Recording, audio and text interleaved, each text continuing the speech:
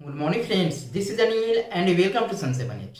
दोस्तों, आज के इस वीडियो में हम लोग देखेंगे सातवां चरण नोटिफिकेशन आखिर कब तक आ सकता है। दोस्तों, सातवें चरण के शिक्षक अभ्यर्थी लगातार प्रदर्शन कर रहे हैं, लेकिन छठा चरण का ही शेड्यूल आ रहा है। दोस्तों, यही चीजें एक बार फिर से हो रही हैं। जब अभी आप लोग देखिए सिक्स फेज समाप्त हो गया था। अभी आपका छठा चरण जो था दोस्तों, वो लगभग आपका समाप्त हो गया था। हर कोई सिक्स फेज को समाप्त मान चुका था दोस्तों, क्योंकि इसमें कुछ ऐसे नियोजन निकाय थे जहां पे काउंसलिंग नहीं हुई थी। ये पांचवा बार काउंसलिंग हो रही थी छठा चरण को लेकर के। दोस्तों, अब ऐसा उम्मीद था कि सिक्स फेज को विभाग की तरफ से बंद कर दिया जाएगा और अब सातवां चरण की नोटिफिकेशन जारी की जाएगी, अधिसूचना जारी की जाएगी। दोस्तों, लेकिन फिर ऐसा नहीं हुआ है। फिर से छठा चरण ही आ रहा है, छठा चरण का ही शेड्यूल जारी किया जा रहा है। दोस्तों, आज के तमाम अखबारों की माने तो सिक्स फेज का शेड्यूल एक सप्ताह के अंदर जारी कर दिया जाएगा। दोस्तों, ये बड़ी खबर आ रही है, जबकि पटना के सड़कों पर दोस्तों सातवें चरण के शिक्षक अभ्यर्थी लगभग 3 से 4 महीने गर्दनी बाग में अपना समय बिता रहे हैं। लगातार उनके तरफ से प्रदर्शन किया जा रहा है। दोस्तों, या तो पटना के गर्दनी बाग में या ट्विटर को अपना कैंपेन बना रहे हैं शिक्षक अभ्यर्थी। लगातार लगे हुए हैं, सचिवालय का दौरा हो रहा है। एक सिंगल डे ऐसा नहीं है कि जबकि शिक्षक अभ्यर्थी चैन की नींद सो रहे हैं। दोस्तों, लगातार जब से नियुक्ति हुई है सिक्स फेज वालों की, तब से वो अपना अधिकांश समय गर्दनी बाग धरना स्थल पर बिता रहे हैं। दोस्तों, पटना के सड़कों पे, चौक चौराहों पे प्रदर्शन कर रहे हैं। इवन रात्रि में भी उन लोगों की तरफ से प्रदर्शन किया जा रहा है। लेकिन परिणाम क्या निकल करके आ रहा है? दोस्तों, परिणाम निकल करके आ रहा है सिक्स फेज का शेड्यूल जारी किया जा रहा है, जबकि शिक्षा विभाग को भी मालूम है कि अब सिक्स फेज में शिक्षक अभ्यर्थी नहीं बचे हुए हैं और ये सिर्फ एक तरह से टाइम पास हो रहा है। यदि हम और आप जानते हैं कि छठा चरण में अब शिक्षक अभ्यर्थी नहीं बचे हुए हैं। 2011 में माध्यमिक और उच्च माध्यमिक के लिए एसटीटी परीक्षा का आयोजन किया गया था दोस्तों, और उसी के आधार पे अभी तक बहाली की जा रही है, जबकि उन्हें भी अच्छे से मालूम है और हम लोगों को भी अच्छे से मालूम है। लेकिन उसके बाद भी छठा चरण का ही शेड्यूल जारी किया जा रहा है। ऐसा क्यों हो रहा है? क्योंकि ये सिर्फ समय को बर्बाद किया जा रहा है, समय को काटा जा रहा है। और सातवें चरण जो सेवंथ फेज है, सेवंथ फेज को डिले किया जा रहा है। दोस्तों, सातवें चरण की जो प्रक्रिया है, इस सेवंथ फेज को सिर्फ और सिर्फ डिले किया जा रहा है ऐसा करके, और इसका दूसरा कुछ भी मकसद नहीं हो सकता है। दोस्तों, जबकि आपका माध्यमिक और उच्च माध्यमिक जो था छठा चरण दोस्तों, वो आपका अगस्त में ही समाप्त हो चुका था। अब सितंबर आपके 12-13 दिन हो गए, उसके बाद से इसका फिर से शेड्यूल जारी किया जा रहा है। वही हाल आपका प्राथमिक में भी है दोस्तों। प्रारंभिक में 1 to 8 तक के लिए 10 सितंबर तक लास्ट हो चुका है। अब 10-15 दिन ये कट जाएगा, उसके बाद फिर से एक शेड्यूल जारी किया जाएगा। कुछ ऐसे नियोजन निकाय थे जहां इस बार भी नहीं हुआ था, मेधा सूची अपलोड नहीं हुआ था। दोस्तों, जब काउंसलिंग हो रही थी उसी समय कई नियोजन निकाय ने हाथ खड़े कर दिए थे कि हम लोगों ने मेधा सूची का हमारे यहाँ अभी तक अपलोड नहीं हुआ है, इसलिए हम लोग काउंसलिंग नहीं करा सकते हैं।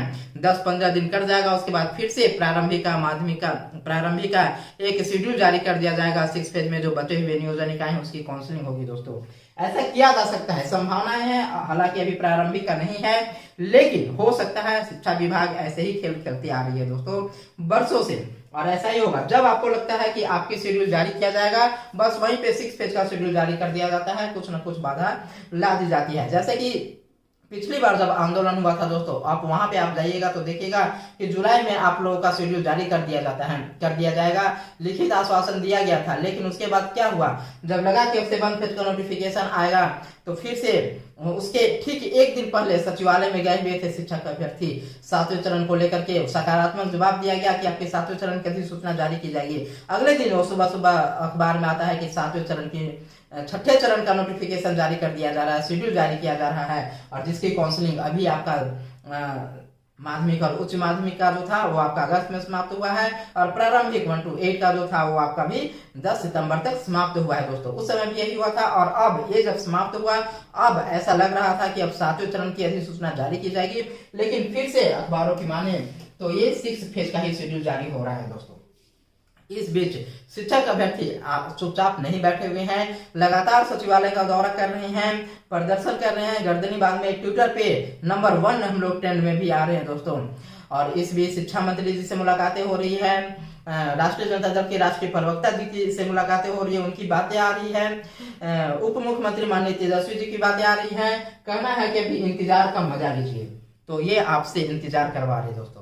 माननीय उप मुख्यमंत्री तेजस्वी यादव सर का अभी अभी कुछ दिन पहले एक स्टेटमेंट आया हुआ था दोस्तों, जिसमें उन्होंने कहा कि 7वें चरण की नोटिफिकेशन तो आएगी ही, रोजगार और नौकरी के प्रति हम सजग हैं और अच्छी खासी आपकी बहालियां आने वाली है, लेकिन आप कुछ दिन इंतजार का मजा लीजिए। हम लोगों की तरफ से, विभाग की तरफ से काम किया जा रहा है दोस्तों। तो शिक्षक अभ्यर्थी आखिर कितना दिन इंतजार करेंगे। अगली जो है चुनाव का क्या होगा असर दोस्तों। जिस दिन नोटिफिकेशन जारी किया गया था दोस्तों, उसी दिन मैं बोला था कि चुनाव का असर होगा और इसकी वजह से आपका जो 7th फेज है वो डिले होगा। लेकिन कुछ लोगों का कहना था कि नहीं, नोटिफिकेशन जारी किया जा सकता है, शेड्यूल जारी किया जा सकता है, नियुक्ति पत्र का सिर्फ वितरण नहीं होगा। लेकिन देखिए चुनाव का अभी असर आपको दिखाई दे रहा है दोस्तों। जो 6th फेज का शेड्यूल जो जारी किया जा रहा है, उसमें भी साफ साफ बोला जा रहा है कि चुनाव आयोग से परमिशन लेना होगा। यदि परमिशन दिया जाएगा तब तो वहां पे हो जाएगा, और यदि परमिशन नहीं दिया जाएगा तो चुनाव खत्म होने के बाद, जो कि आपका 22 अक्टूबर को लास्ट चुनाव है दोस्तों, मतगणना है, काउंटिंग है, उसके बाद से फिर से यहाँ पे काउंसलिंग करवाई जाएगी नगर में दोस्तों। ये बातें भी सामने आ रही हैं, क्योंकि 6th फेज में भी ऐसा ही हुआ था। 6th फेज में आपका पंचायत का चुनाव था, मुखिया वाला जो चुनाव होता है दोस्तों, और उस वजह से प्रक्रिया को डिले किया गया था। तत्कालीन शिक्षा मंत्री विजय कुमार चौधरी सर ने कहा कि हम लोग चुनाव आयोग से परमिशन लेंगे और उसके बाद काम को आगे बढ़ाएंगे, लेकिन परमिशन नहीं मिला। और उसके बाद जब चुनाव समाप्त हुआ, उसके बाद प्रक्रिया आगे बढ़ी है दोस्तों। तो 7वें चरण के लिए तो अभी शिक्षा विभाग की तरफ से कुछ भी नहीं किया गया है, न कोई नोटिफिकेशन जारी किया गया है, न कुछ किया गया है दोस्तों। तो इसका असर होगा, मान करके चलिए कि आपका 22 अक्टूबर तो होगा ही होगा, और उसके बाद भी आपका तीसरा चरण का जो चुनाव होने वाला है दोस्तों, दीपावली के बाद होने वाला है। वहीं अगली बात, इन सब चीजों से क्या मतलब है। शिक्षक अभ्यर्थियों के ना चुनाव से कोई मतलब है, ना इंतजार का मजा लेने से कोई मतलब है, क्योंकि मजा लेते लेते अब वो थक चुके हैं। अब वो विद्यालय में जाना चाहते हैं, अपनी सेवाएं देना चाहते हैं दोस्तों। बार बार लगातार उनके तरफ से प्रदर्शन किया जा रहा है। सिंगल डे ऐसा नहीं है कि जिस दिन वो शांत बैठे हुए हैं, चुपचाप बैठे हुए हैं। हर दिन किसी न किसी नेता से, किसी न किसी मंत्री से, सचिवालय में पदाधिकारियों से, और नहीं तो ट्विटर पे कैंपेन करके पटना के गर्दनी बाग में धरना पर बैठ करके अपना समय व्यतीत कर रहे हैं कि जल्द से जल्द नोटिफिकेशन जारी किया जाए। इन सब के बीच में एक बहुत बड़ा प्रश्न है दोस्तों कि आखिर कब तक नोटिफिकेशन शिक्षा विभाग की तरफ से जारी किया जाएगा। यदि माननीय शिक्षा मंत्री जी की बातों पे ध्यान दें तो बातें तो बहुत अच्छे करते हैं, हर चीजों को बता रहे हैं कि आएगा, लेकिन कब आएगा कोई डेट नहीं दिया जा रहा है। राष्ट्रीय प्रवक्ता महोदय चित्ररंजन गगन सर की बातें करें तो आपके बीच, आपके यूट्यूब चैनलों पर आकर के वो आपको बता रहे हैं कि दिसंबर से पहले आप विद्यालय में चले जाइएगा। दिसंबर से पहले, इस साल से अगले साल 2023 नहीं होगा, दिसंबर से पहले आप विद्यालय में चले जाइएगा, चाहे वो प्रारंभिक 1 to 8 का मामला हो या माध्यमिक और उच्च माध्यमिक का मामला हो। उनका साफ साफ कहना है दोस्तों कि आप दिसंबर से पहले विद्यालय में चले जाइएगा। लेकिन क्या यह संभव दिखता है दोस्तों, या सिर्फ शिक्षक अभ्यर्थियों को बरगलाया जा रहा है, उन्हें संतोष किया जा रहा है कि आप संतोष रहिए और किसी भी तरह का कोई आगे उग्र प्रदर्शन शिक्षक अभ्यर्थियों की तरफ से नहीं किया जाए। क्या इसी के लिए सिर्फ आपको विटामिन दिया जा रहा है, एक डोज दिया जा रहा है कि कम से कम आप पेशेंस बना करके अपने घर में बैठे रहिए।